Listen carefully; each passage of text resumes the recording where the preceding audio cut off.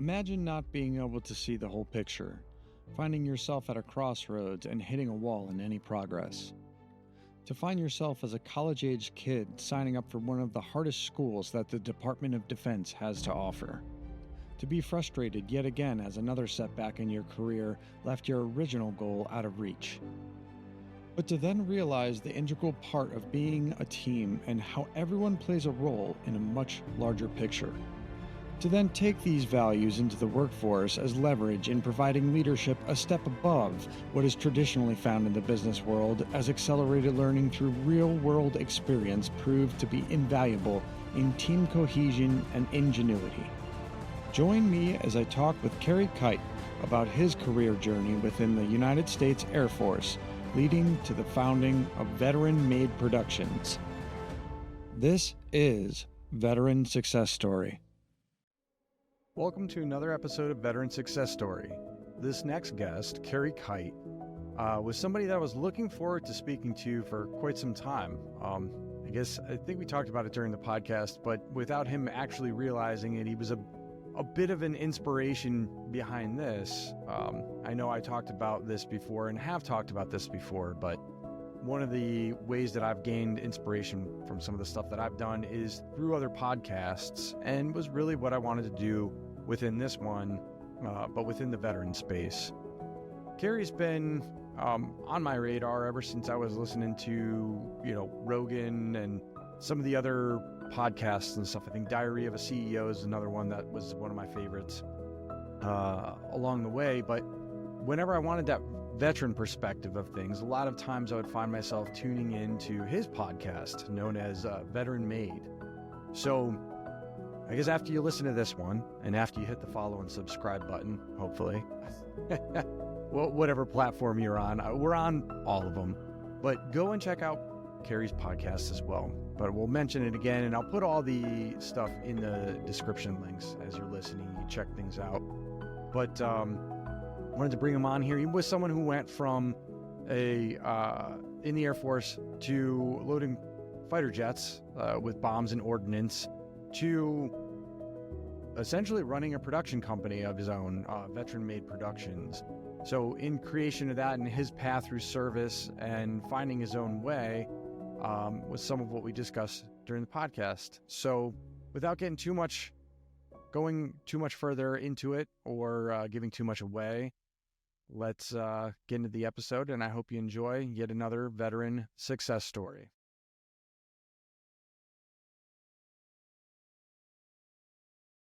Welcome to another veteran success story. Today, I'm joined with Carey Kight, who is the founder and owner of VeteranMaid Productions. So, Kerry, welcome to the show. It's great to have you on. Will, thanks for having me, man. I was just telling you offline, apologies it's taken us so long to do this, but I'm honored to be here. Appreciate the opportunity, appreciate the platform that you're giving to the veteran community.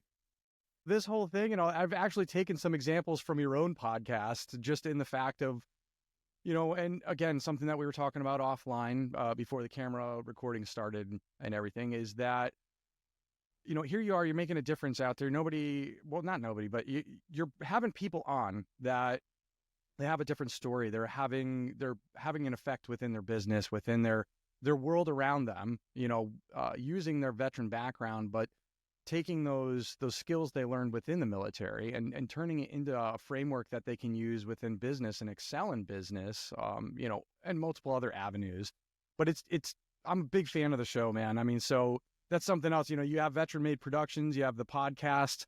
You got a lot of irons in the fire, and really your work speaks for itself on the production and the videos and the directing and advertising. Like it's really cool. Like, especially I was saying in some of the research I did, the Gillette campaign, I remember I didn't know it was tied to until I started doing the research, and I was just like, man, like you nailed that one. Thanks, man. Yeah, that means a lot. I appreciate it. The platform that we're building here, I'm the co-owner of the company. My wife Andrea goes by Dre. She's our co-founder and co-owner. She did not serve. She's not a veteran, but she's obviously a vet spouse. And we weren't married while I was in the military, but we did date off and on while I was in the military. So she has some experience with the experience, right, as I was going through it. We've actually known each other since we were about 13, 14 years old. So going on 20 plus years here now of knowing each other. And yeah, I mean, the podcast is called VeteranMaid, and our production company is called VeteranMaid as well. We had another LLC open for many years as we were both working at different advertising agencies and different production companies. We did a couple of side projects here and there under our own brand. And then as I built the podcast, right after working on that Gillette campaign and a couple of others when I was at a previous agency, we decided to just pull the brand under one umbrella, right? So everything is VeteranMaid, which is, technically true, right? Because everything we produce is VeteranMaid because I'm the executive producer with her of everything that we do. So yeah, it's a strong brand. It's really great. It started, like I said, during COVID, right towards the end of that first year. I was trying to figure out my own journey, my own story.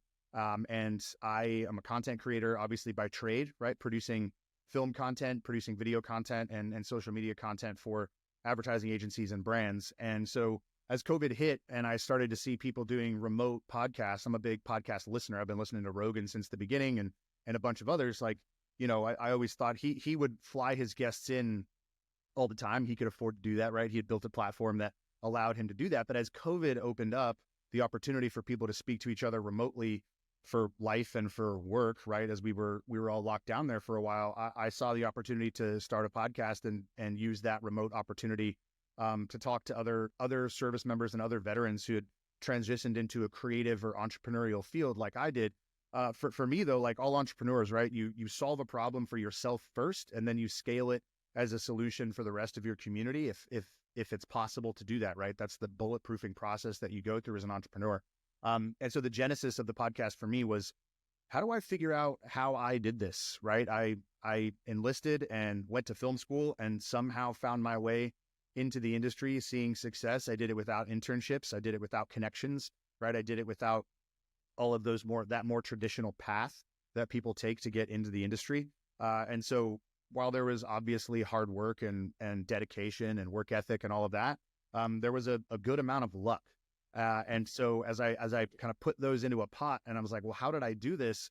Rather than sit down and try to figure it out in a silo by myself, I figured the best way to do it would be to have conversations with other veterans who saw success as creatives or saw success as entrepreneurs. And as I had conversations with other people, then my own perspective, my own point of view, my own understanding of who I am and what I am and how I got to where I was and how I was going to keep going to where I was going to get. Conversation is the best way to do that. I'm a pretty good talker and I, at the time, could have afforded to become a better listener. And so I hope that I'm still a good communicator, but I hope I'm a better listener than I was at the beginning of that process as well. So that was the genesis of why I started the podcast. And then it obviously kind of ballooned from there. It's funny. I was actually just watching, I was, doing the doom scrolling and stuff the other day, but I came across a clip with one of those guys out there on the street asking people, what do you do for a living? Yeah. And he actually came up and asked William Dafoe. Yeah. Oh yeah. I saw that one. Yeah. No clue who he was, but he asked him for advice and he said, I don't give advice because everyone has their own path. That's right. And it's so true. I mean, you can catch advice from other people, but we have the same conclusions with the podcast thing. One of the things that helped me during college was that hour buffer in between, I'd put during the commute, I'd put a podcast on. And it was really that whole concept of surrounding yourself with certain people, or that knowledge and stuff, and intaking, what are you going to glean from it and stuff. So, I mean, that's, it's genius what you did right there and getting it from, I mean, you've seen it, a podcast, especially when you start to get some reach, you can talk to some really interesting people, some people that have some amazing insight that you would have never thought of. And you have those light bulbs go off, it's one of the things that I'm sure helped you along the way as well. Catching those little aha moments. And it's almost like you can go back and listen to another episode and you hear it again once you've kind of leveled up because you don't see things the same way as you go along. So so I want to roll back a little bit to talk about how you got there, how you got to VeteranMaid Productions, what made Carey Kight. So let's roll it back to service. Let's roll it back to childhood. I grew up, for the Marines out there, I grew up just outside of Camp Pendleton, inland, in Fallbrook, California, inland from Camp Pendleton. My dad's side of the family is from here in Columbus, Ohio, where my wife and I live and where we work out of now.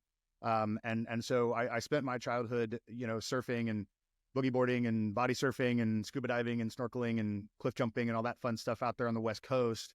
And then also visiting the Midwest a couple of times a year to visit my dad's extended side of the family. Ultimately ended up moving here when I was 13 years old. And eighth grade, I started here in a suburb of Columbus.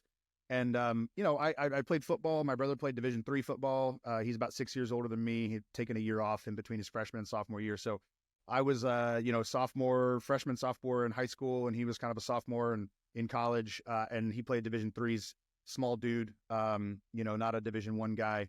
But I got to watch this Division III football, which obviously exists on the West Coast, but in the Midwest and on the East Coast, it's more concentrated and people know a little bit more about it. I think Ohio has something like 150 colleges or something like that, right? Ohio State obviously being the flagship here in the center of the state, but there's lots of these other small colleges across, Division I, Division II, Division III, NAIA and things like that. So he played at a D3 school while I was playing high school football, and I'm a little bit bigger than him and a little bit more athletic, but not much more, right? I wasn't ever going to go play D1 at like Ohio State or Florida State or Clemson or, any of these schools, Alabama, what have you. And so as I was watching him play D3 football, I was like, man, I'd love to go do that and to go play in a conference like he did. I didn't necessarily want to go to the school that he did and follow directly in his footsteps, but our dad was a national champion in track and field in high school, was a Division I track and field runner, ran for a year at Ohio State and ran for 3 years at UCLA, trained for the Olympics, and ultimately got injured and wasn't able to fulfill that dream. And while he was at UCLA running track, they shared a locker room with the basketball team. So he got to watch John Wooden win a handful of championships. And that's where, the leadership and culture that he ended up doing for a living, that's where that kind of came to fruition for him. And so we have an athletic background in our family. We have a competitive background in our family. I got to my senior year of high school and I was playing football, doing really well, running track, doing pretty well, playing basketball to stay in shape. I was joking. My brother-in-law is a senior at a Division III school playing basketball right now. And I talk to my father-in-law all the time when we're watching games. I'm like, man, basketball is the sport I miss playing the most, but it's the one I wasn't actually that good at. I would play defense in practice against all the starters because I was, fouled out of games when I got into games playing basketball. So I was kind of like that, aggressive, use my athleticism, but I didn't really have basketball skills. And so played basketball to kind of stay in shape and keep my mental toughness up, ran track, not nearly as fast as my dad, but, I was still pretty good. And then football was the sport that I loved the most, and got to my senior year and was doing pretty well. But my grades weren't great. I just didn't focus on all of the things that I needed to focus on academically. And so as I wanted to go play college football at schools that would require you to get academic scholarships rather than athletic scholarships, conversation came to a head my beginning of my senior year playing football as I was putting recruiting tapes together to go to some of these schools.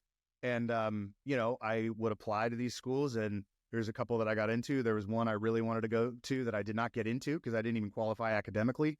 But the ones that I did get into would have required me to pull some, Pell Grants and federal aid and apply for some academic scholarships, which, again, I wanted to go play, but I didn't necessarily want to go put the work in to get those scholarships. And so my dad said, listen, you got 3/4 of a year left of high school.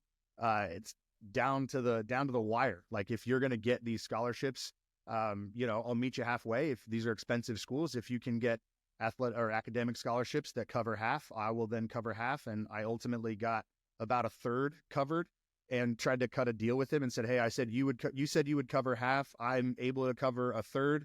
I can take a loan out for that other, whatever percentage that is. I'm not going to do public math right now, Will, but he said, no, the deal was you cover half, I cover half. And so that opportunity went away for me. I wasn't going to get a loan out to go spend, hundreds of thousands of dollars to go play football and potentially flunk out or whatever it was. So I'm at my senior year, spring track season, running track, and I'd obviously applied to some state schools as a backup and, backup opportunity to go to college right away. And I'm working at Steak and Shake go to the manager's office and on a break, and I called a recruiter at one of the big state schools that I applied to and said, hey, is it too late to get into the ROTC program so that I can get college paid for here, and maybe go like walk onto the track program or something like that? And I don't know if it was an LT or a captain, like somebody that I was talking to, or maybe a senior enlisted guy. I don't know. But he goes, yeah, dude, it's too late for the fall semester. Why don't you go talk to the enlisted recruiter? And, at that stage in my life, like I had a great relationship with my parents. I had a great relationship with my dad. But there was obviously some heat there about like what I was going to go do next year. And, living at home and being a bum wasn't an option in his mind. And it certainly wasn't an option in my mind either. So I was kind of scrambling to figure out what I was going to do.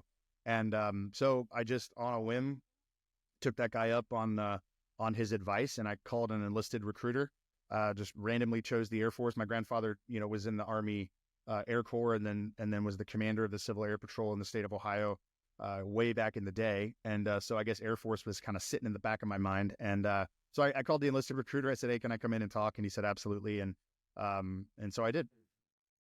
Yeah, it always seems to be a relative out there. I know my first draw was to the Marines, and it was, who doesn't kind of already look that way? The uniforms are super sharp and everything else. But I had a cousin who was in, and I saw the transformative change that service gave, and it was kind of like that. All right, there's something there. I knew what he was before. There's a lot more discipline, a lot more, and it sounds too like you had that gut check, that your dad kind of gave you there is, hey, life doesn't work this way. And it's brutal and it's hard to hear that sometimes. So, that's, I guess that's the beginning of the work ethic for you. But so from there, you ended up in the Air Force. You were going towards PJ, right? Yeah, I did. Yeah. So, just to back up a bit, it was brutal and tough to hear, but I also knew it. You know what I mean? Like I was immature in a lot of ways, right? I was a little bit cocky. Obviously I wasn't putting the work in academically that I need to, and I knew that I wasn't. I had self-awareness. The discomfort wasn't necessarily in hearing the truth that my dad was telling me, and my older brother was telling me as well. Because he and I were training together, right? He had graduated from college, was living at home while he and my dad were building the business together. And so he's like, man, football season's over. If you're going to go play D3 football, like, let's go lift together. Like, I'll put you, because you're not on the off-season program anymore for the high school team, right? So, like, I needed something. And so he and I were training to go, for me to go get ready for camp, right? If I was going to go play ball somewhere. And so it wasn't difficult for me to hear those truths because they were untrue. It was difficult for me to hear those truths because they were true. And I knew it. And so, yeah, the brutality was there, but I also had the self-awareness to know. So, yeah, so I talked to the recruiter. He came into the high school. And I could picture it to this day. I was sitting in the counselor's office. There was one of those conference rooms off to the side in the counselor's office, right, with those like big walled windows, right? And I'm sitting at this conference table waiting for the appointment, and I see the guy coming in his BDUs at the time, right? This was 2005, 2006. So he came in BDUs, and I didn't know what BDUs were, right? Camis, fatigues, like whatever. I didn't have much experience with the military. So he came in, and again, early aughts. So he had the paper packet, right? And the, leather, or not leather bound, but that kind of like magazine bound style thing. And he starts going through a spiel, and I'm kind of listening, but kind of not listening. And he's turning the pages. He gets to this photo of, the commando looking guy with a rucksack, and he's training his rifle, and he's got, paint, and it's jungle, and, he's got all this kit. I didn't even know what any of this stuff was. And I said, hey, can you stop there? What is that? And he goes, oh, that's AFSOC. That's Air Force Special Operations. I said, great. I want to do that. Like that looks cool. And he said, well, we got to talk a little bit more about that. He said there's, at the time there was two options in AFSOC. It's AFSPEC War now, and they have more options. But at the time it was combat control and it was pararescue. And I said, well, tell me the difference between the two of them. And he said something interesting. He said, well, pararescue, they call it PJ, pararescue jumper is what it stands for. It's the toughest school in the DoD. They call the SEALs, that's what the Air Force, it's the toughest pipeline in the DoD. They called PJ school Superman school. And like that hooked me. And I said, that's the one I want to do. He goes, you didn't even want to hear about combat control? I said, absolutely not. I want to go do that. I want to go do the hardest thing that I can possibly do. I got to get out of here.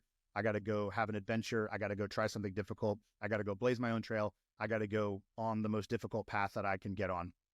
And he was like, again, we have to talk more about that. You have to pass a physical test. It's called the PAST, physical and stamina test. I said, okay, no problem. He goes, again, dude, let me explain everything. He goes, there's push-ups, there's sit-ups, there's a run, but there's also a swimming component. You play football, basketball, and you run track, right? I said, yeah, but I have a background playing water polo and swimming and surfing and snorkeling and scuba diving and all this stuff from California. And he goes, oh, interesting, right? And now I know, looking back, he saw the bonus that he was going to get from somebody making it through the pipeline. And he goes, okay, great. I was like, schedule the test, like, let's take it. And he goes, okay. So he scheduled a test and passed, and he obviously went and proctored it. And, you know, we went around to the high school, and I did the run, you know, we did the push-ups, the pull-ups, and the sit-ups there on the track. And then we went to the local rec center, did the pool, and I passed it. And guy was like kind of shocked that some Midwest kid, you know, passed the past, right? And now obviously AppSpec War and all the other soft organizations have these wonderful training programs with the internet and all these things that kids can start preparing a lot earlier. So he was excited, and I got a slot. That was in, you know, I think May, and then I graduated in June, and I think a slot opened up in October. So I was in debt for, you know, 4 or 5 months, whatever it is, over the summer, and lived at home and kept working at Steak and Shake, saved a little bit of money, and then shipped off in October and went to Lackland for basic military training, BMT, and then, you know, made it through BMT, and then went to INDOC. Now they have ANS, Assessment and Selection for AppSpec War, but at the time it was INDOC. And I was there with a bunch of other cones, as they call them, right? You're not a PJ trainee yet until you make it through selection. So we were a bunch of cones down there. And what was actually really cool was I graduated BMT in about December, and the next class for INDOC wasn't starting until, like, I think the end of January. So I get there in December, and we're able to actually train and get ready for INDOC before actually starting INDOC.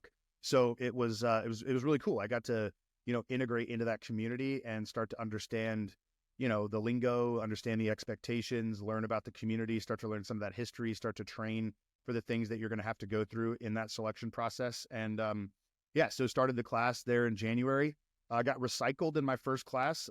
Pull-ups were I got very long arms. I got like orangutan arms, right? Like I wasn't a gymnast. I didn't do any of that stuff. And so when they have your dead hang, you know, it's the breaking that. That's tough. Yeah. You can't kip, right? You have to dead hang, and then you got to pull up to the chin and do that. And so, yeah, I struggled with pull-ups, which was a wonderful experience to go through. I got recycled, continued to work out until the next class, you know, caught up to us. There was a handful of us. I did go through Hell Night twice. So I went through Hell Night in the first class, and then got recycled, trained, went through the next class, went through Hell Night again. Again, awesome experience to do that a couple of times. And then, yeah, I got to the end this time and passed everything except the run. I failed the run by 6 seconds. It was brutal. I passed everything: water confidence, the swim, push-ups, pull-ups, sit-ups, run, ruck, all the things that you have to do through that course. And then I failed the run by 6 seconds, and then I got in a car accident a week later and messed up my knee. And so the Air Force wasn't able to afford to keep me in the pipeline, just sitting around rehabbing. And that was really, really difficult for me. That was my first real, you know, the theme of our podcast, of VeteranMaid, is all about that transition from, you know, from military to civilian. But as I look back, that was really my first experience with transition. Sure, I transitioned from a civilian into the military, but that actually wasn't that hard for me. What was hard for me was transitioning from AFSOC, from the soft side of the house, to the conventional and support side of the house. And at that point, Big Air Force was going to give me the job that Big Air Force needed me to do. And so I really, really struggled through that process, getting taken out of the pararescue pipeline, and then getting put into armament, which is, you know, there's two components to armament in the Air Force. I ultimately worked on the F-15E model there. There's VAC shop, where you work on all the missile launchers and the bomb racks and all that stuff. And then there's the flight line component, which is where I was going to be, which was loading all of the munitions onto and into the aircraft, and then maintaining those racks and launchers and the gun system on the flight line. And, you know, for me, it was hard, man. Like I didn't see that difficulty was going to be beneficial for me. I saw that it wasn't going to be hard. It wasn't going to be as hard as the cool shit that all the cool guys were going to go do. And, and so I struggled through it. It was difficult. Yeah, I'm sure. I understand completely. I mean, I kind of followed like a similar, you know, I came in on an 18 X-ray contract, which is for special forces. And then during training, during SOPC, I got hurt. So I was held back for the next selection class. And then they caught everyone that was in medical. And it didn't matter that it had been there only a week, you know, and it's like, sorry, son, you're going worldwide, you know. And within a few months, here I am in Afghanistan, with the 82nd Airborne, which, thank goodness I was with the guys that I was with. Hell of a bunch unit. Oh, no, absolutely great unit. And actually was on that deployment that I was exposed heavily to, unfortunately, but exposed heavily to PJs. Those guys were awesome. Absolutely. They were there when we needed to, or when we needed them there. They were on station usually within 10 minutes flying over from CAF, but exactly that, what you were saying, Superman. Yeah. But to find yourself in that situation, this isn't what I signed up for. When did you start to kind of realize that you were an integral part of the team? Because I love the video that you put out there where it's just like, hey, I'm just the average hero.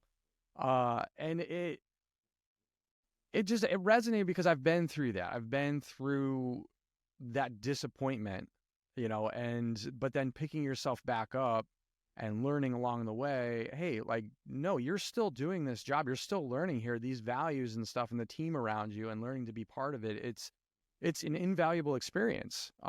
So where did things start to pivot for you there? Yeah, we can talk a little bit more about the video, later on. I do want to be clear. I do not view myself as average, nor do I view myself as a hero, right? The idea of the I in that video is for everyone who has served, and it's a bit of a play on words, right? I've shared that video.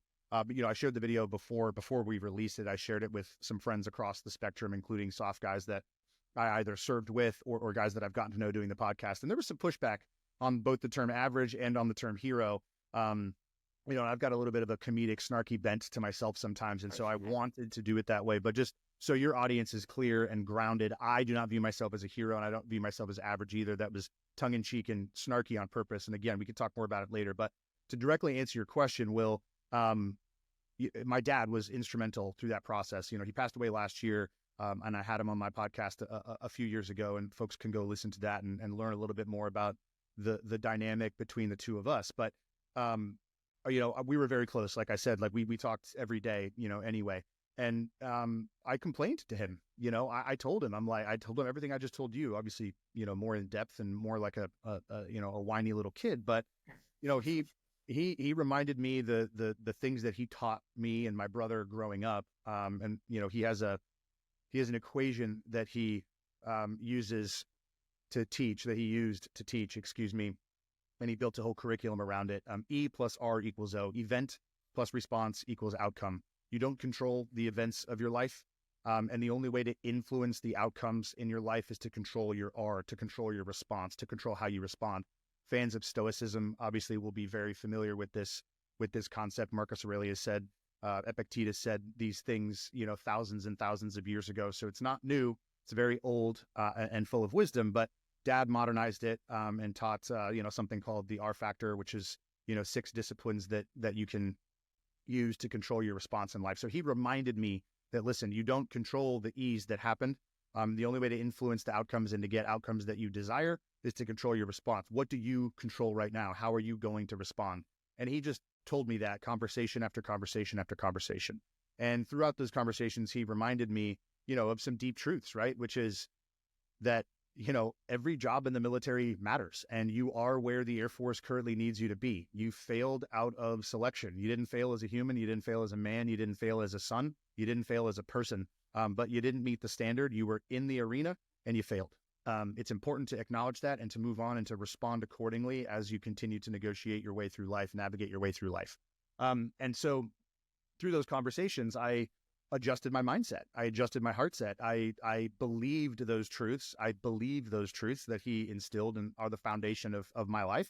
And so I chose to change my mind and change the way that I saw myself and the way that I saw the Air Force. One thing that I was doing was putting all these operators up on a pedestal in a way that they were never going to meet some crazy standard that I have or that society or culture has for them as these supermen. And then I was putting the rest of the Air Force down into the dirt and saying, you don't matter. And now I'm a part of you. And so therefore I don't matter. And I realized through those conversations that was obviously an inefficient and unwise way to view myself and to view the world. So I changed that. What I leaned into, Will, was, my athleticism and my competitiveness. Like I said, that's a strong foundation for me too. And so what I realized as a flight line weapons troop was that while I wasn't going to be getting trigger time and I wasn't going to be jumping out of planes and I wasn't going to be kicking down doors, I was still going to have the opportunity to get qualled and stay qualled on a monthly basis. I learned very quickly in the tech school and the training that when you go load these bombs on the flight line in the operational Air Force, it's a very, very important job. It's a very, very competitive job. You work in teams of 3 on fighter jets. Some other airframes, bombers have larger crews, but for fighters, you're working in crews of 3, and you have to stay qualled every month. And so I leaned into that competitive nature, that competitive aspect of it, and I made some connections, right? One thing I missed quite a bit from the PJ community and from the SOF community was that nature of teamwork and that nature of competitiveness. And I was like, all right, well, I don't have all of that, but I have some of it, and I have it right here in front of me. So let me go attack this as best as I can and continue to lean into that athleticism and competitiveness that I value in myself. And so that's what I did. I worked my tail off in that class, ultimately got what they call the Weapons Warrior Award, which is not the most academically successful person in the class, which again, my academics were still not strong. I got better, but not as strong as they probably could have been. But the Weapons Warrior Award in that class is the one person in the course that the instructor would want on their crew in the operational Air Force. And so while it's a little bit of a silly award to get at a tech school, on your way to your first duty station, it meant a lot to me because it meant that I did successfully change my mindset and my approach. And so, I did that and then graduated, got slotted for RAF Lakenheath in the UK, which is incredible. That's an awesome duty station, let alone an awesome first duty station for a 19-year-old kid to head overseas. Yeah, Air Force and the Taj Mahal duty stations they've got there. I don't apologize. We're always jealous. Always jealous. No, but what you were saying there too is like being that integral part of the team. It's actually it almost seems to be the more seasoned operators and the more seasoned people that I know out there. I never hear them talking down on the support. As a matter of fact, a lot of times, a lot of them will point to a particular conventional unit or something they worked alongside, and we're like, man, if it wasn't for those guys, because they understand it's a whole team, and if they need everybody out there, it's a full integrated circuit, if you will. But that whole end too of changing your mindset, that right there, taking that class, taking the mentorship and the advice of your father and turning that around within tech school for that and changing your mindset, realizing that, well, maybe I'm not the smartest academically, but I will outwork the heck out of you. And I will do my damnedest to be the best person, that use that competitive nature to put myself in the best position, but be the best person, but be the best team member in there. So that's awesome. So from there, you did your service, you get out.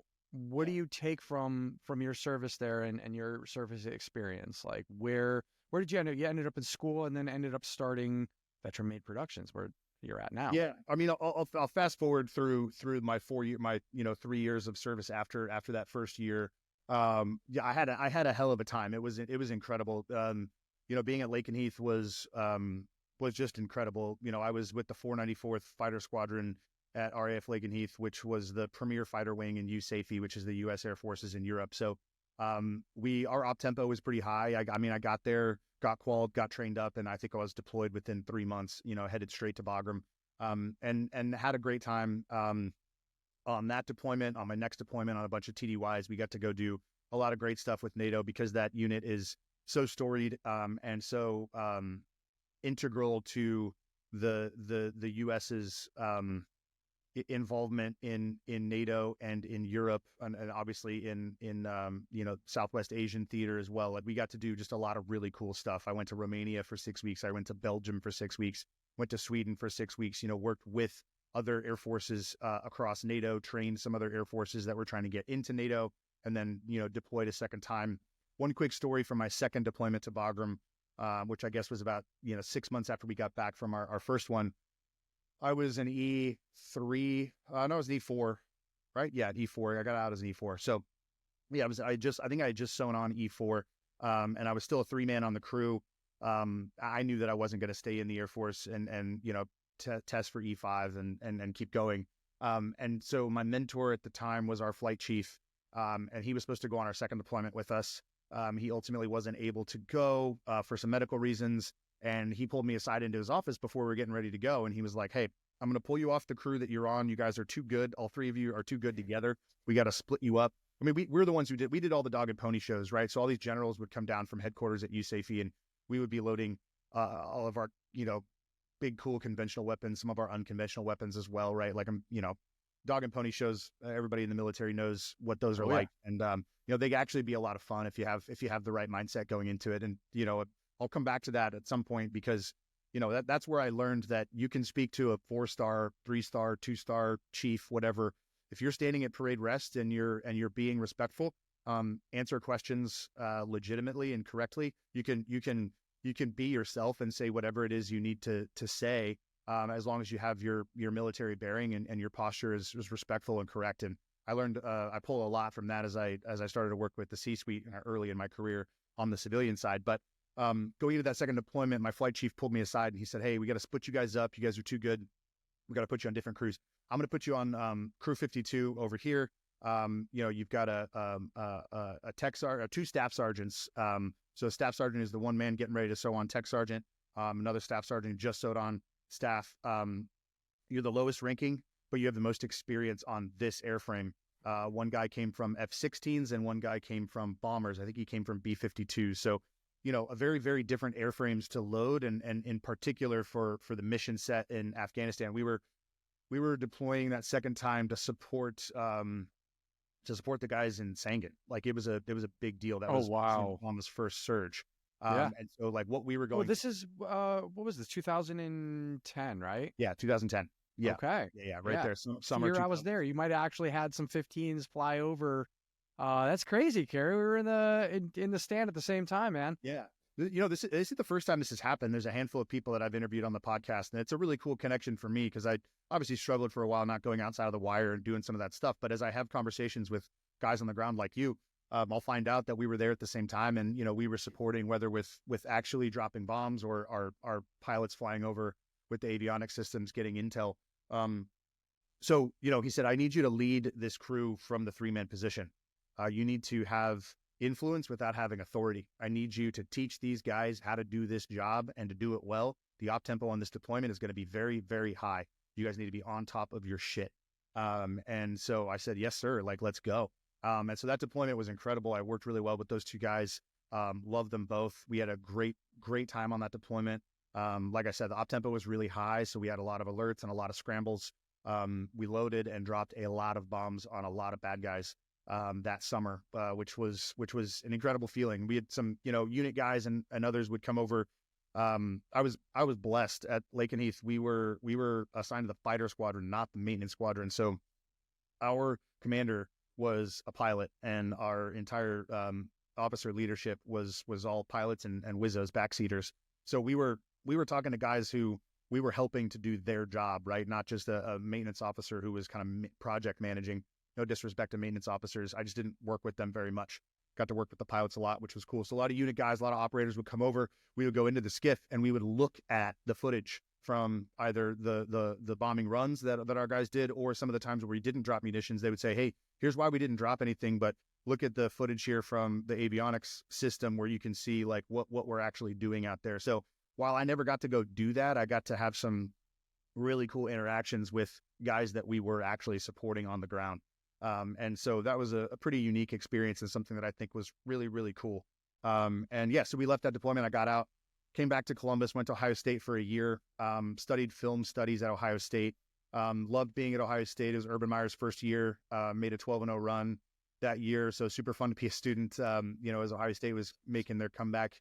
And we've just won another national championship here this past year. So it was really exciting to be there for that, the kind of beginning of that resurgence. But on the academic side, like it wasn't what I needed. I really wanted to go learn how to make films. And so film studies was more of like a critical studies kind of approach, which, is interesting, but not practical. So I left Ohio State. I went to Full Sail University down in Orlando, Florida.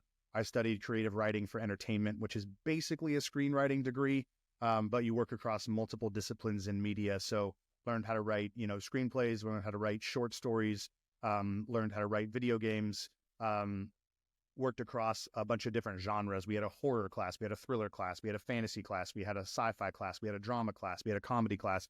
I just learned the craft from the inside out, from the ground up, on the writing side of things, on the filmmaking side of things. Had a few short stories published when I was at Full Sail, finished 2 short screenplays, finished a feature screenplay while I was there, took those out to Los Angeles, started working on crews in Los Angeles, trying to do the Hollywood thing. It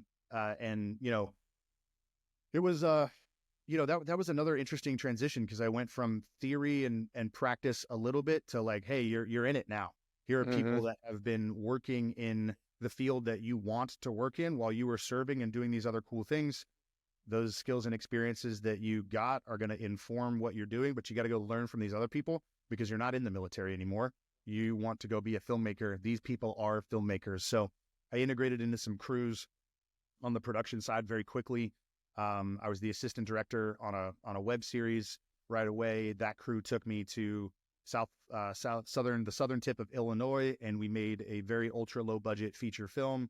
And then I took my 2 short screenplays back to Los Angeles with me, obviously worked very closely with the crews out there and said, hey guys, I've got a couple of short films. I can't pay you, but like, let's go make some stuff here. And they said, yeah. So we pulled some cast members from some of those films and web series, and then pulled some crew members. And I was able to get them to work with me in an unpaid fashion, because the jobs that we all did on the kind of paid for sets, so to speak, were lower level jobs. What I was giving them the opportunity to do was to do those higher level jobs. So like the assistant camera on those shoots, I was like, I want you to be the director of photography on this one. And so he was willing to do that for quote unquote free, because I was going to give him an opportunity he wasn't getting otherwise, just like I was getting an opportunity to produce and direct something that nobody was going to give me that opportunity. So it was, passion, it was unpaid, but we made a couple of things and put them out on the film festival circuit and did pretty well. And I was, on the grind out there, trying to get an agent as a director, like trying to work my way up on my own. And then I kind of fell into advertising by doing one advertising gig, by pulling some of those crew members in and getting hired out of New York City from one of Andrea's contacts in New York, who needed somebody out in LA.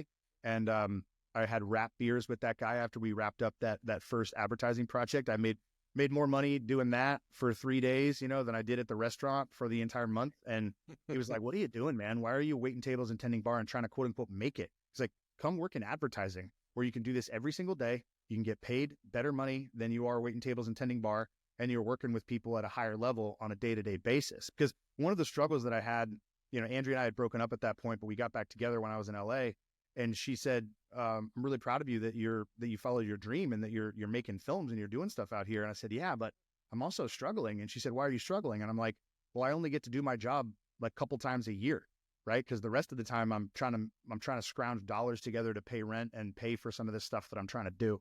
Yeah. And so that approach that first advertising producer gave me was just a really smart take. Was like, hey man, just get in it and start doing it in a way that you can get paid, and then develop the reps, and you could do your job on a daily basis or a weekly basis, instead of just doing it a couple of times a year and trying to make it, Man, that right there is invaluable. That, a lot of us too, you can see the theory, you can see the frameworks behind things, but then, doing it is a complete different thing. And learning by doing the scale is accelerated, because not only, it's time, it's people, this money is, it's finite.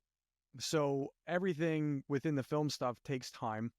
And that's just money burning up anytime that you're running a set. So I get it. I actually just had, I think it was episode 7. We had Stephen Graham and their,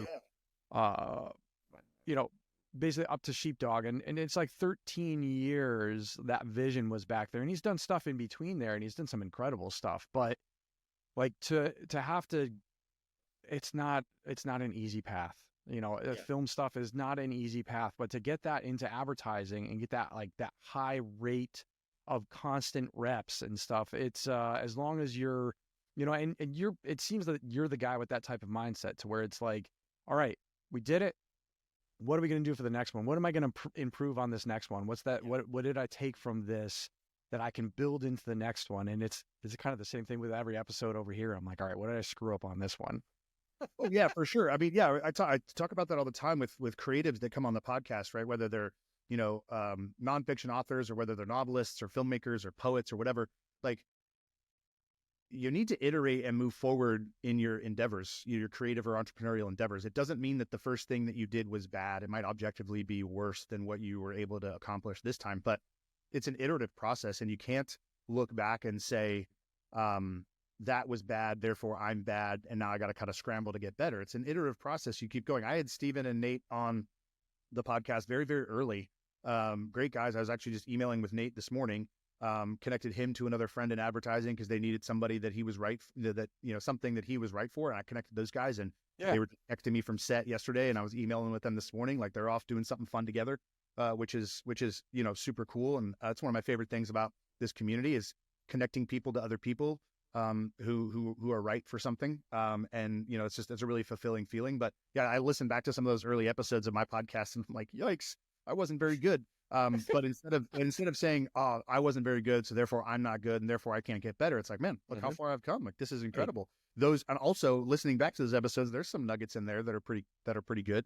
But yeah, you're right. It's that mindset. It's that hard set to like, all right, what are we doing next and how do we improve? And that's something that I think, service members and veterans, we do really, really well, right? Whether it's an after action review, after a mission, or an after action review, after a day on the flight line, loading bombs, like, all right, what did we do well? What can we improve on?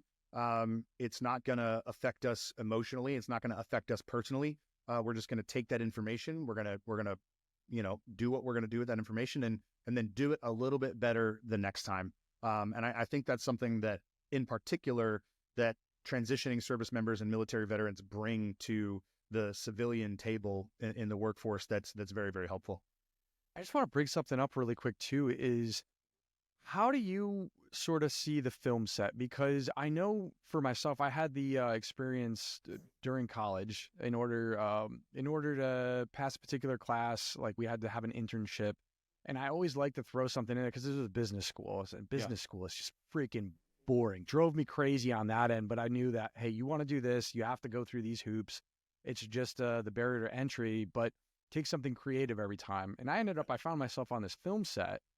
But as, everything is just frantically happening around, or what seems frantic, and then I start looking at it, I'm breaking it down and I'm going, whoa, the call sheet and then the time stuff. And then the people over here for the extras that are basically, bringing in here, the director's running every way and whatnot. But then once you started backing up, I started looking and I was like, this just reminds me of the military in a lot of ways, like the structure, the fact that like it's way harder than people think. You'd think Hollywood and the trailer and everything, and that's not what I saw. I mean, there was a trailer, there was a star there, but the amount of work going in, and we were there until midnight. So, I mean, it was starting, I think we got there at 9 a.m. and then there till midnight, and it was nonstop. Yeah. Because time is money when it comes to film. Yeah. I mean, that first set that I was on for that web series, right when I got to LA, I think it was a couple of weeks after I got there, that I was on that set. There's a longer version of the story I've told other places, but basically what happened is I applied for an unpaid PA position, production assistant position in the assistant director department. We did 3 days of prep. By the end of the 3 days of prep, the other people had quit and I was the only one left. But I was supposed to be a production assistant. I had no experience actually running a set as an assistant director. And so we did 3 days of prep and then we start shooting. And that first day of shooting, I'm, basically in charge of the set. The director's in charge of the creative vision. The producers are obviously in charge of him and making sure that everything's going. But I'm in charge of the set. So I'm in charge of the camera department. I'm in charge of the grip and electric department, wardrobe, hair and makeup, set design, production design, talent, and all of this stuff. So I have to be the logistician to ensure that everything runs smoothly, on time, and under budget, right? And so that first day was like drinking water from a fire hose, but we're sitting at lunch on the first day, and I'm sitting with the director, and we're, kind of talking about what the second half of the day is going to be like, and I'm obviously very confused and in over my head, not really knowing what I'm doing. And so I kind of sat back, and I looked around, and I saw that each department was sitting together at lunch. So wardrobe was sitting together, and hair and makeup was sitting together. Production design was sitting together. Grip and electric was sitting together. Camera department was sitting together. And I'm sitting over here with the leadership team, so to speak, right? And it hit me that I was on the flight line. It hit me that I could bring the flight line mindset here. So wardrobe, engines, hair and makeup, avionics, production design, crew chiefs, grip and electric, air-to-ground equipment, camera department, weapons crews. Oh, I'm just on the flight line. I don't have to do everything. I just have to be the line supervisor here, ensuring that everybody gets what they need in order to perform their job, right? And that's what you do on the flight line. Everybody does their job. The bird gets in the air, hopefully drops a bunch of bombs, comes back Winchester, and we do it again. That's all a film set is just getting everybody everything that they need, and then you finish your day, and then you do it again the next day. And so bringing that flight line mindset, which just kind of hit me out of nowhere, became very foundational for me on the rest of my civilian career to be like, oh, okay, here's what I'm doing. I'm one person in one department. As long as I ensure that everybody else gets what they need, this project is going to move forward and be successful the way that it needs to be. Yeah, and that's as well, that goes into those good leadership qualities, to where you exist at the top, but to support the people under you, not the other way around. Like, I mean, it appears that they're supporting, you and the mission, and they are, but from the top has to flow down, or you don't have that symmetry. You don't have what you're looking for. You don't have a good team. You don't have good teamwork through leadership. And it sounds like that concept is just, it was nailed into it, but it's gone forward. You've taken it forward into the civilian side very successfully, I might add. Thank you. Yeah.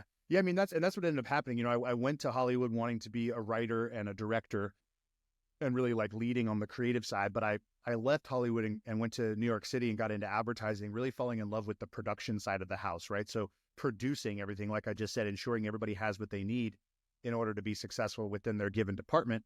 And then you get to play in each department, right? So it wasn't like I became, it's not like I wasn't creative anymore. It's just I wasn't a creative, but I was able to be creative in my particular lane, and help each department. Again, that part of helping them get what they need is providing some of that bulletproofing, some of that leadership that says, oh, okay, is this on brief, right? Is this on mission? Like, what if we did it this way?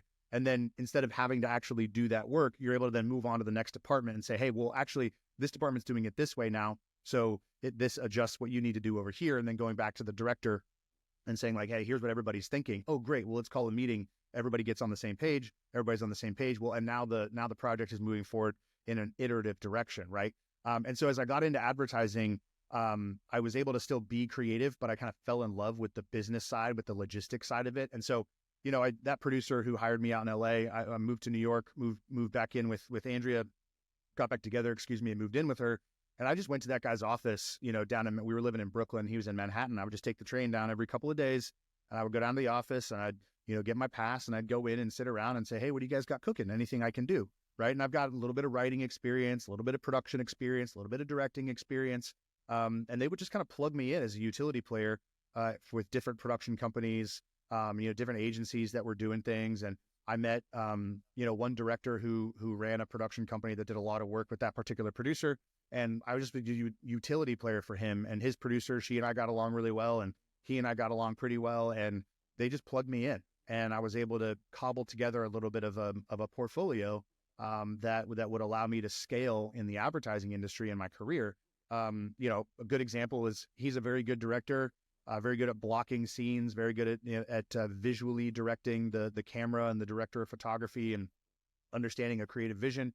And he was really good at interviewing the subjects, because we did a lot of what are called branded documentaries, right? So it's native advertising. It's not necessarily a television commercial or, a YouTube video or something very specific that's like a quote unquote spot that's trying to drive you to buy a specific product. It's more of native branded advertising. And so brands would partner with this agency and just tell a story, and their brand is tangentially a part of it. He was very good at interviewing, but he wasn't that good at writing questions. So he would assign me to write the questions for him, and then I would sit next to him having written his questions, and I would take notes along the way as I'm sitting right next to him, right behind the camera, right in front of a celebrity that he's interviewing, about whatever it is we needed to be interviewing them about. And I'm I had written the questions for him, and then I'm taking notes and I'm kind of passing things to him, and he's very successful interviewing those folks. And then I'm very successful behind the scenes, kind of helping him get that stuff on track. And so I just cobbled together this little portfolio, a little bit of writing, a little bit of directing, a little bit of producing, a little bit of post-producing, learning the editing workflow and motion graphics and sound design and color grade and all these different things. Moved on from there and freelanced at a very small production company that was attached to a very small advertising agency. Was a utility player there. We were the agency of record for NASCAR. So we did like 3.5 years worth of NASCAR's campaigns, from television commercials all the way down to digital, did some brand films for them. We did some things with Fox Sports in the NFL, where we did television commercials for Thursday Night Football on Fox before it moved to Amazon Prime. And then the really cool thing that we did was we built Anheuser-Busch's internal studio. So it was Anheuser-Busch's internal agency. So produced a bunch of content for them, directed a bunch of content, wrote and creative directed their first regional Super Bowl spot for Natural Light, Natty Light, for those college kids who remember that beer. And again, just kind of continued to cobble this portfolio together. And then I had a really interesting experience there. I was there for a few years, and I was getting mentored by the executive producer there, who was running all of the productions, delegating down to everybody who was producing each individual project. And like I said, I was a utility player, so he would kind of place me where he needed me. And I really liked him a lot. We're still very good friends. I've worked with him a lot since. And I met with his boss, who was the owner of the advertising agency and the chief creative officer. And I was like, hey, can I take you to happy hour? I want to buy you a couple beers and I want to ask you a couple questions. He said, oh yeah, sure, man. Absolutely. We got along great. We worked on a lot of projects together. So we sat down, and it was cool because I took him to happy hour at a restaurant that I used to tend bar at. So it was kind of cool to go back to that restaurant in Chelsea, Manhattan, right? And like sit on the other side of the bar and have a conversation with another advertising guy, right? It was kind of like one of those ego hits that was just kind of fun. And he said, what do you want to talk about? I said, well, here's where I am and here's where I'm trying to get. You know, this guy, the EP is doing this job. I don't want to steal his job at your agency. That's not what I'm asking, but I want his job somewhere else eventually. That's the track that I want to be on. I want to oversee these productions. And he turned to me and he said, well, I don't actually think you can do that. And I said, why not? And he said, well, you're really good as a utility player. You're really good where you are. You've got your military experience, so you run these crews really, really well. Our clients like you. You're a little bit creative, but you're not a full-fledged creative. You punch up some of our scripts and you write some of our things, but then we have to rewrite it, and then you kind of run the production. You do really, really well at that. I think you should just stay at this level and just keep doing what you're doing, because you're really good at that. But I don't think you can pull a full portfolio together to go run production at an advertising agency. And, I had matured a little bit from my teenage years and from my time in the military, but I hadn't matured that much. So I did not take that very well at all. And I'm pretty upset. And the vibe shifted. We didn't get into a fight or anything, but the vibe shifted very quickly. Thanked him for his time. And then I ended up parting ways with that agency. It was relatively mutual, right? Like we knew we had that conversation, so they knew what I was trying to do. And they, knew that I wasn't just going to be okay staying at that level. So I wasn't really going to be the utility player, long-term that they wanted me to be. And so I did a couple of freelance gigs, and then, my daughter was born. So this was 2019. My daughter was born at the beginning of 2020. Applied for a bunch of different jobs while I was doing some freelance gigs to pay the bills, and ultimately ended up applying for mid-level producer role at another small agency, slightly bigger than the one that I was at previously, but just a little bit bigger, called Circus Maximus, run by two guys. One was the chief creative officer and one was the kind of chief operating officer. And they're like, hey, we've got this campaign for Gillette that we're doing. We need you to come in and help us produce this. Another producer produced the shoot. So all the work has been shot. Now we just need you to take it over in post-production, make sure that it all gets edited together. And we cut all the assets that the client needs. Keep in mind, this is February, March of 2020. And so I was like, okay, great. And so I interviewed with them and didn't even meet the chief creative officer. He found out that I was a military veteran and said, hell yeah, this guy's going to whip us into shape. Like, let's go. I'm like, all right, that's an interesting thing to hear, having heard the exact opposite, from my previous chief creative officer. And so I started the day that COVID started. They had wrapped up the shoot. I go into the office texted the guy, said, hey, I'm going to be a couple minutes late. The train's running behind. He's like, oh shit, I forgot to tell you, we're all remote now because of this pandemic that's happening. Here's your Zoom login, head home and we'll hop on digitally. I said, great. And so I did that. And because we were launching an at-home beard care brand for Gillette, it was the perfect brand to launch at the very beginning of a pandemic because nobody could go to the barber. And so, the agency had gotten lucky that that's the brand that Gillette wanted to build. And then both entities got very lucky that we were building that at the beginning of a pandemic.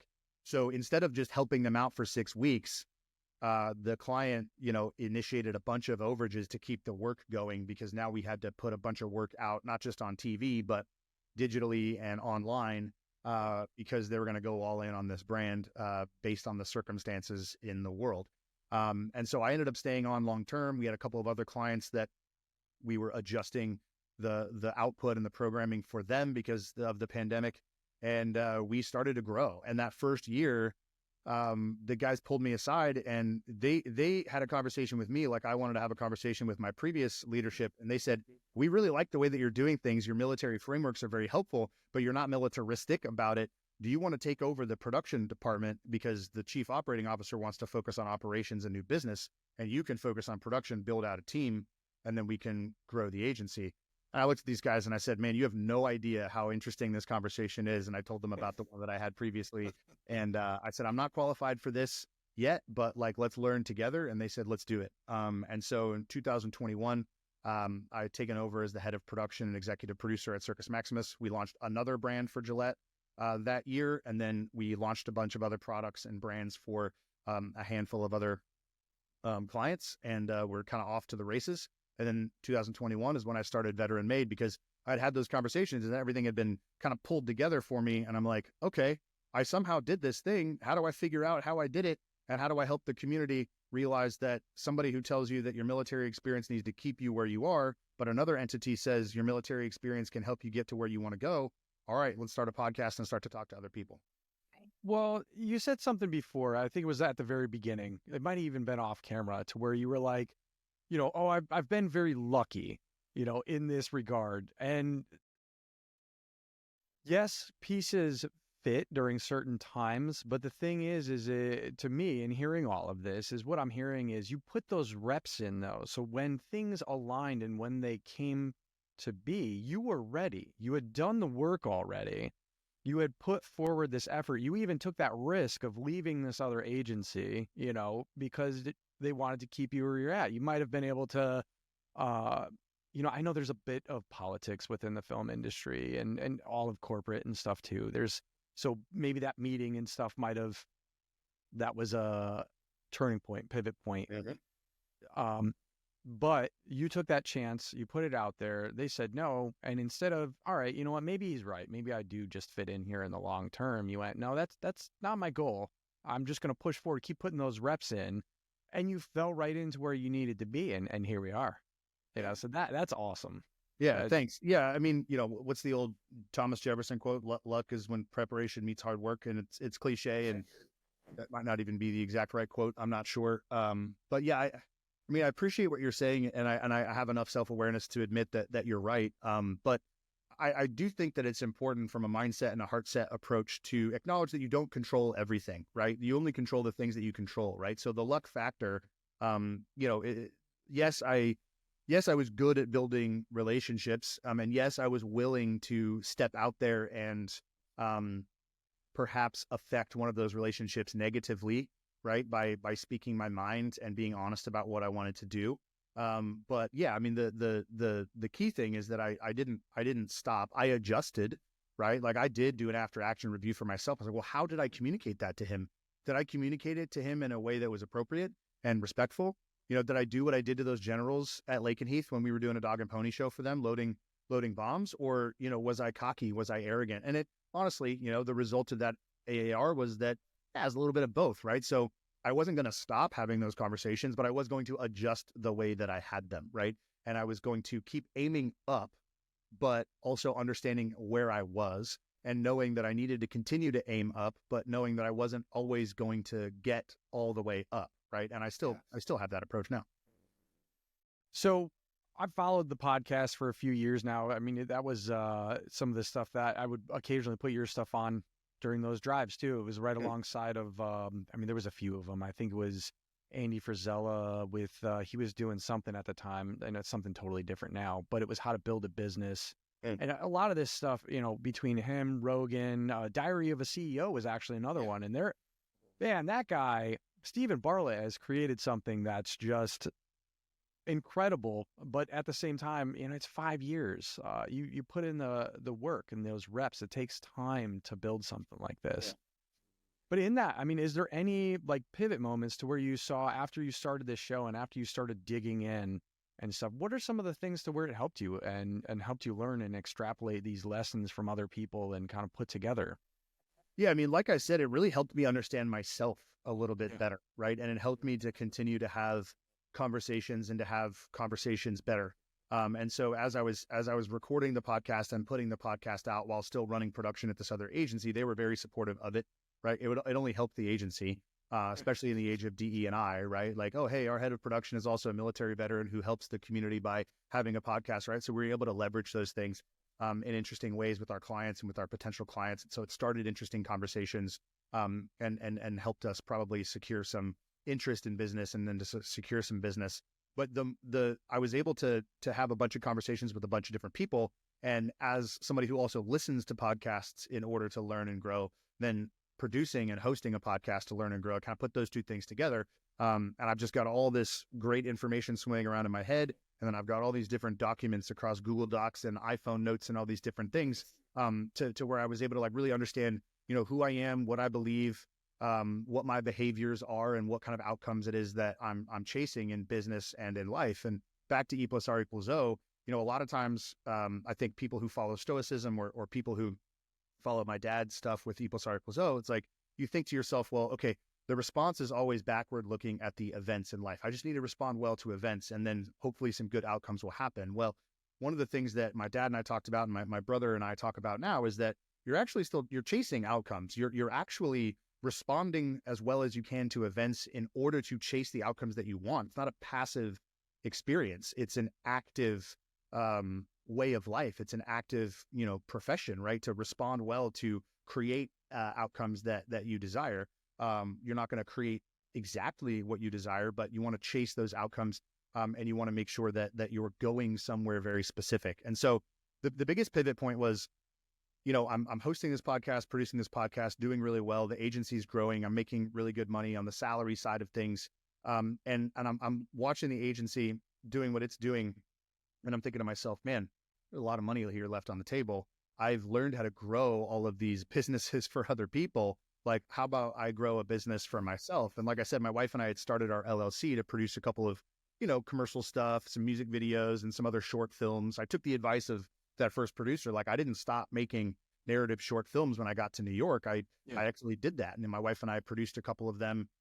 She directed a couple of them. She started to kind of fall back in love with her creative, you know, experience and desires and talents and things like that. And so we had started this production company on the side. I'm working at this agency. She's working at a couple of other agencies.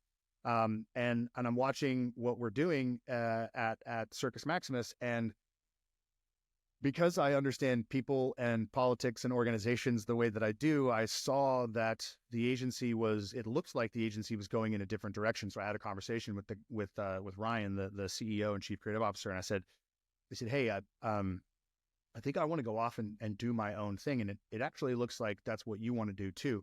And he said, it's interesting that you're the only one that's noticed that. Nobody else has noticed that. He's like, yeah, we're splitting up. And I'm going to downsize the agency and I'm going to relaunch it and rebrand it as something different. I was like, well, why don't I go freelance? Whatever you need me for, just pay me for the projects that we do. And then I'm going to go do my own thing and build my own thing with my wife. And he said, that's really smart. You're willing to do that? And I was like, you're willing to do that? And he said, yeah. So he kept me on payroll for like another month and then engaged me for a couple of freelance roles or freelance projects that he knew were coming up, and then downsized the agency. And then he and his partner split. His partner went and started another massive agency with a celebrity. And then Ryan and I continued to work together. So Ryan's got Launch Party, which is what Circus Maximus turned into. And Andrea and I have VeteranMaid, which is what our old LLC turned into. So I'm producing work for him at Launch Party, and I'm going to get my own work through my own client base. And that's what we've been doing for the last, year and a half. So Ryan and I have done a handful of projects together since the end of 2023. And, one thing that we learned at Circus Maximus is that we launch brands and we launch products, right? And so that's why he turned his agency into Launch Party. That's what he does. He launches brands and he launches products, because I have a very specific production experience doing the exact same thing. I'm the perfect fit for him. So we go to clients together, but as separate entities. He hires me to produce all of the work. We launched a bunch of new products for Staples last year. We launched a new product with Evolution Fresh, which is like a green juice smoothie brand. We launched a real fruit soda for them. We worked with Whitney Cummings, the comedian. Super exciting and fun work to do there. We launched some kind of HR platforms. We work a lot in the tech space. And then Andrea and I were able to pull some of our own clients together and are running our own thing. And we just got tapped this year to launch the WNBA and Delta Airlines partnership. For the Delta Airlines is going to provide the charter service for the WNBA for their teams to go fly around the country instead of them having to fly commercial every time. And so that came from a film that Andrea directed last year. It was a feature-length documentary called Shattered Glass, a WNBPA story, where she followed 3 WNBA players as they were navigating and negotiating the last year of their CBA, their collective bargaining agreement. And what ended up happening after the film was released was that they were successful negotiating a new CBA, and a part of it was charter flights through an airline partner, and then it turned out Delta was the airline partner.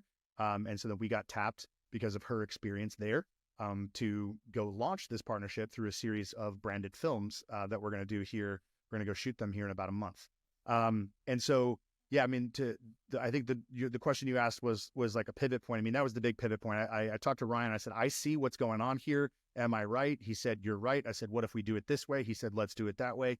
And so he and I still have, we're allies, right? Like we're NATO, right? Like doing certain things in certain regions. But then I also have my own interests, and Andrea has her own interests, and we pool them together. And then now we're fully running our production company called VeteranMaid. We work direct to brand as an agency because we both have, advertising agency experience, but then we work for other agencies as well as a production company because we have production company experience as well.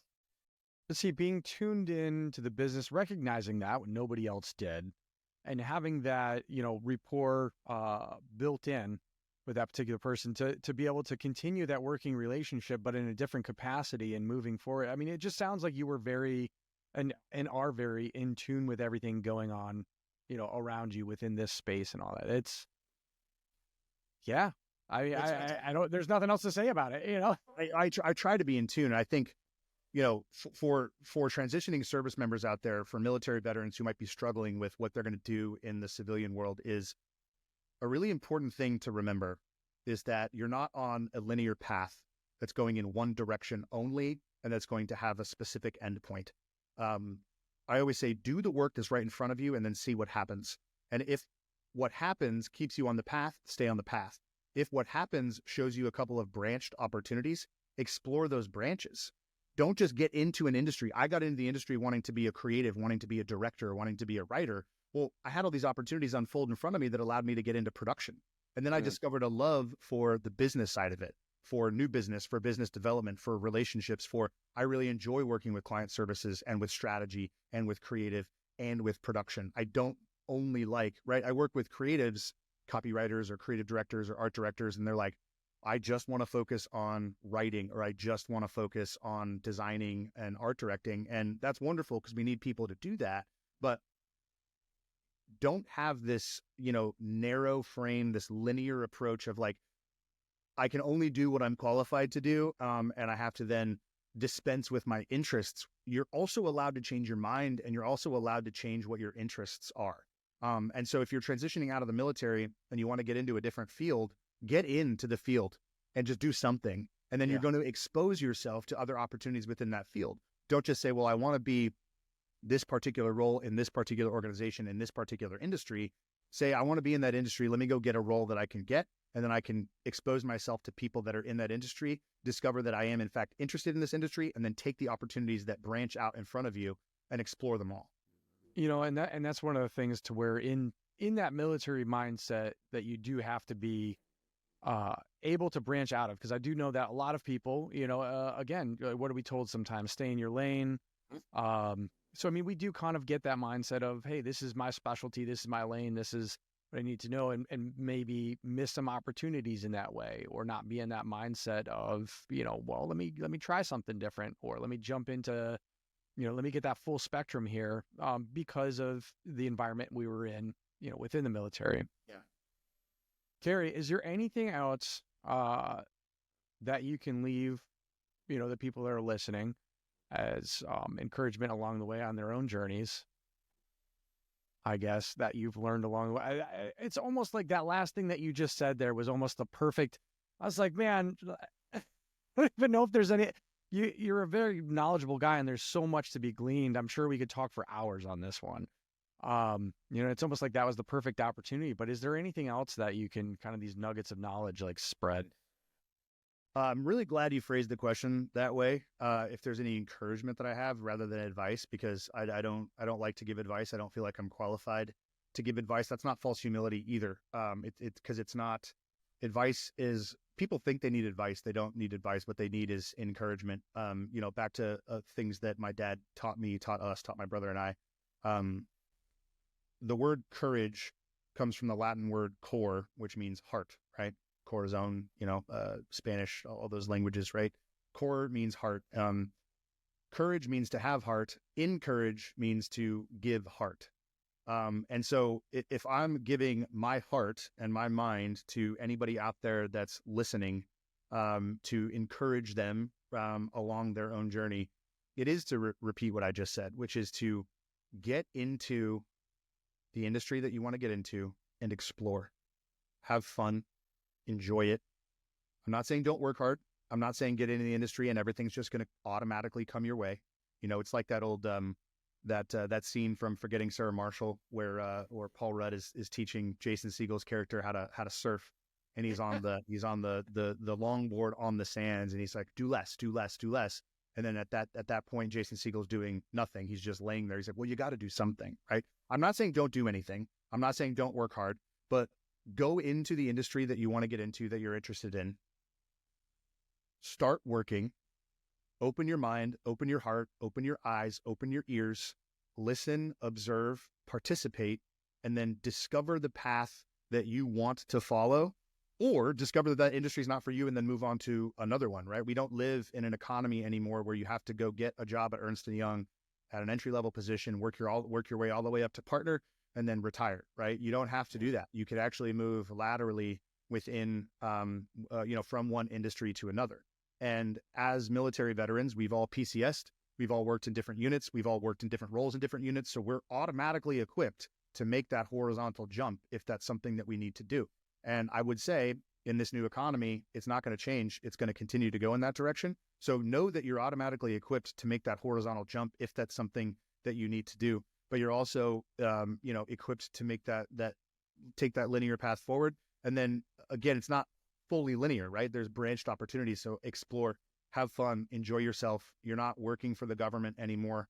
You don't have to just do what you're told. You don't just have to go where you're told to go, right? You're not voluntold things anymore. Now you have opportunities. So the only other parting piece of wisdom, so to speak, is I would say this: pay attention to the people that you're working with in your new industry, because while you were serving and doing a bunch of cool shit, they were doing the thing that you want to do now, which means you do bring some things to the table, some skills, some experiences that organization, that industry can benefit from, but they bring a whole lot to you that you can benefit from because they've been doing something that you haven't been doing. So stay connected to the veteran community, but don't only associate with the veteran community. You need to integrate and reintegrate into society and culture, not just be a part of the veteran community and kind of exist in society and culture. We need to integrate as whole people. You're not just integrating as a professional, and you're not just integrating as a person. You're integrating all of these things within yourself and then integrating back into society and culture. So again, I'm not saying leave the veteran community behind, but somebody said something to me. No. Hey, Kerry, you're actually, no, that's absolutely like right there with what you're saying. Like that's, so when I was going to school, they had like a veterans, like veteran center. It wasn't a vet center though. I mean, it was a part of the school, veteran center. And it almost seemed like the veterans attending the school, extremely military friendly school, had a bunch of veterans around the campus, but that they would go to the class and then they'd go right back to that veterans center instead of, and it was always me constantly. I'd go down there like once here and there, usually once a week, but it was usually to try and encourage the other guys like, hey man, like they've got this going on over here or this going on over here. Like, let's go out there, because I knew in my head that this is the society you're going back in, and you can't be, on those blinders, especially because it was just weird. Like when I went in and then you get out, I did 11 years, 9 of them active. So when you get out, that's a decade's difference to where you're kind of in a bubble. And then I didn't mean to interrupt your thought process, man. No. It was a good example of like the people that are transitioning back into the civilian world. Don't be shy, like get out there. Don't just exist within that veteran bubble. Yeah. And it's not like, I don't think you're saying this, and I'm not saying this either. It's not like, don't be shy, put yourself out there. It's like reintegrate, Get into community with people around you on your street, in your town, in your city, in your state, in your country. Like, yes, somebody said something to me. It's the episode of my podcast that's live this week. I don't know when this episode's going to go live. So this was the last week of January. Drew Billings, who's the general manager for Anthem Snacks out in Montana. He said something to me at the end of my episode with him, which stuck with me, and I'm 100% going to bogart this from him forever, which is let your veteran experience inform you. Do not let your veteran experience define you. Yes. Yeah. Man, that's very powerful right there. Oof. Carey, where can people find you and find your podcast? Well, first of all, I just want to say thanks for having me on. Let me drone on here for an hour and a half. I do. No. Yeah, you're not droning at all. Like everything you've said is like, I mean, I'm actually kind of in awe that I was able to get you onto this show. To like, great information and great stories, man. Thanks, man. That means a lot. Folks can find me and the podcast on Instagram at VeteranMaid.ck. You can find me on LinkedIn, Carey Kight on LinkedIn. Shoot me a follow or shoot me a connection request if we're reasonably well connected. I don't just accept every LinkedIn connection, but shoot me a DM and reach out. I'm certainly happy to have conversations and answer questions. I believe that's actually how you and I got connected, which is very cool. The website is VeteranMaidProductions.com. We just recently launched a merch store. I'm going to be posting some more content about the merch, store.VeteranMaidProductions.com. And our production company, you can find all of our work on that same website. But if you want to follow that on Instagram, it's at VeteranMaid Productions. We're actually not called VeteranMaid Productions. We're just called VeteranMaid, but there is some random marketing agency out there that has not gotten back to me. They have VeteranMaid.com and they have VeteranMaid on Instagram. So yeah, we're called VeteranMaid, but it's VeteranMaid Productions on Instagram and VeteranMaidProductions.com. Awesome. Carey, look, man, it's been great talking. Hang tight really quick. I want to talk to you afterwards, but thank you so much for coming on the show and sharing with everybody. My pleasure. Thanks for having me. I hope you've enjoyed this next episode of Veteran Success Story. Follow and subscribe for more. The content's free. Put it out across the board, your favorite podcast platform. But following, subscribing, listening on both Spotify as the primary and YouTube kind of as our secondary. Following and subscribing on there does a lot, goes a long way in getting this show some visibility and in keeping it free and in some of the stuff that I'm working in the way of sponsors. But I know a lot of people out there are viewing the content, but not a lot are subscribing. It doesn't cost you anything. So hit the button on there if the content here is bringing something is valuable to you in one way or another. But also the most important here is let the other people around you know about it as well. If there's something that interests you or someone that you know is going down a certain career path and whatnot, and I've had a guest on, point them this way. We're working on getting more down the road, and more people on, and it's through you guys that we can make all that possible. But I hope you've enjoyed the conversation with Carey Kight and VeteranMaid Productions. I'll put everything in the description link below. But again, you can just go to VeteranMaidProductions.com to see his work there, find his podcast, and sort of his rundown of everything that he's done. Really, really cool stuff. If you go down and look at through some of the, I think the section is verticals or work, to where some of the videos he's made, it's pretty impressive. It's pretty awesome to see what Kerry's done with his talents and where he's headed within the industry. So, VeteranMaidProductions.com. Again, join me next week as I have yet another great guest coming on. You guys are really going to love this one. But check back in, and this has been, yet again, another veteran success story.